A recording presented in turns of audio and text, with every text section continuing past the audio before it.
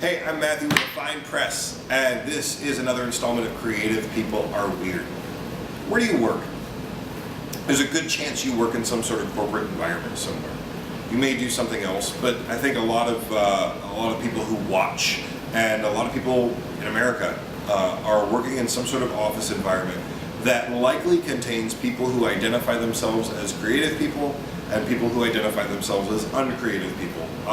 It tends to be that the people who identify themselves as uncreative, and I don't buy for a second that you're not creative, that those people identify themselves as doing the core work of the business, crunching numbers, doing legal things, whatever those things are. And then there are the creative people, the designers and the marketing people and the people who do the fun stuff. And I think sometimes there's friction in creative people working in corporate environments where other people may think that the work they do is play. I think it's a lot more fun pushing pixels than pushing numbers. But that work might look like play, or they might be just so different, so weird that that it's hard to really get to understand one another, and it can lead to some friction.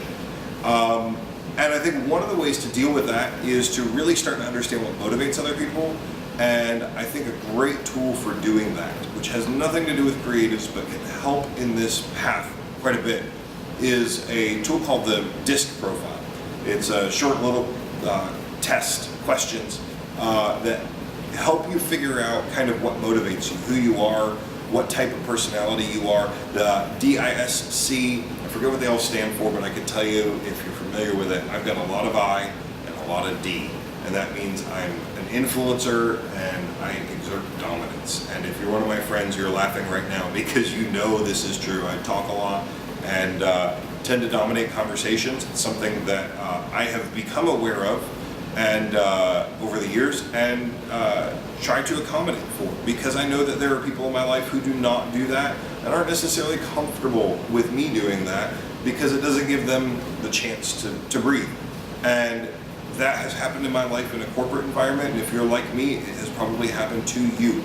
I may have been aware of that before, but taking the DISC profile helped me really see the importance of that. And I'll tell you, I was an in-house creative for several years, almost 2 years in a corporate environment, and I really struggled there because I didn't know who I was and what motivated me, and didn't know that about the people around me, and saw friction points in my life and didn't know what was causing them.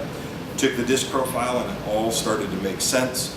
Not that it's a cure-all, but it's knowledge, and knowledge is power. It gives you the tool to fix things. So then you've got to do the hard work of figuring out how to accommodate the different people in your life, whether you're on the creative side or the side who thinks they might not be. Creative people are weird, but so is everybody else. And so getting to know what motivates one another through a tool like the DISC profile or Myers-Briggs or any of those other tools can help you really understand why people are different than you and what makes them think differently than you. And hopefully gives you the power to learn how to have better and stronger engagements with those people. If you are a creative of the graphic design-y type and you are not into How Magazine, I strongly suggest you check them out. They are really big into the idea of the in-house. They spell theirs with a W instead of a U, but they even devote a section of their conference to in-house creative people, because it's tough being in an environment. You know, we see what Google and Facebook offices look like, and we want that, and we're stuck in, you know, marble from the 70s or 50s or whatever, and it may not be a very inspiring environment, and that's okay. There are ways to work around that.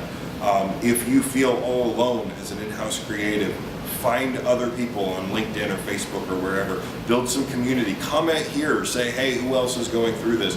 If you are a manager or an HR director working with in-house creatives and you don't understand them and you have questions, ask them here.